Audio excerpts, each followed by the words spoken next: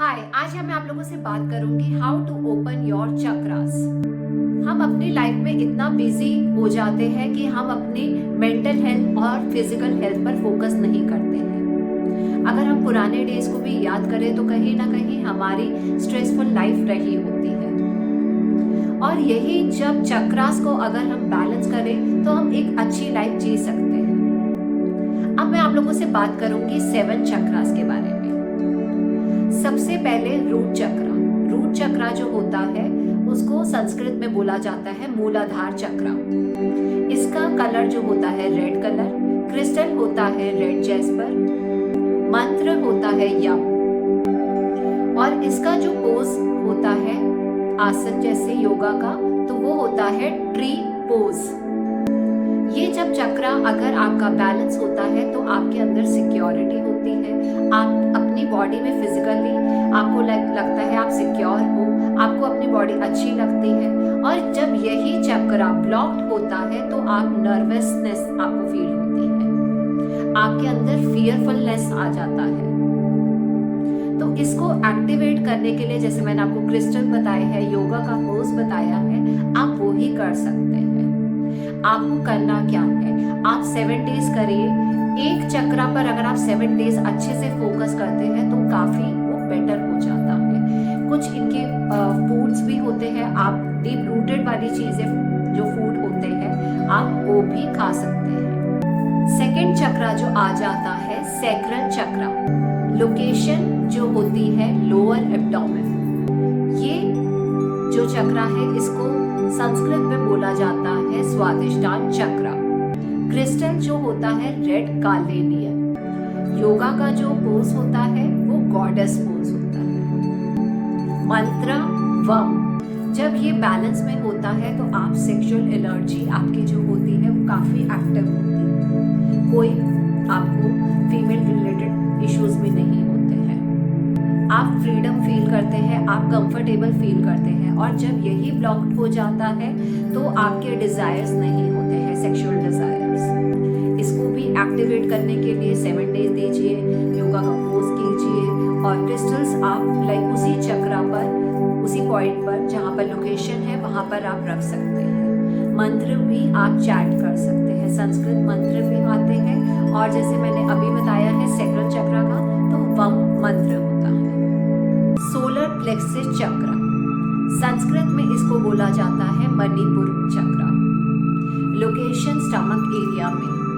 Crystal yellow aventurine. Yoga का pose जो होता है इसमें बोट पोज होता है। मंत्र राम। मंत्र दोबारा से मैं आपको बोल देती हूँ, रिपीट, मंत्र रम। जब ये बैलेंस होता है तो आपकी क्रिएटिविटी, आपका कॉन्फिडेंस, आपका सेल्फ एस्टीम ये अच्छा होता है। और जब ये ब्लॉक्ड हो जाता है तो काफी आप इनडिसिजिव हो जाते हो। हार्ट चक्र, अनंता चक्र।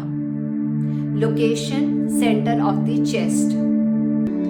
Crystal rose quartz green aventurine. Mantra यम।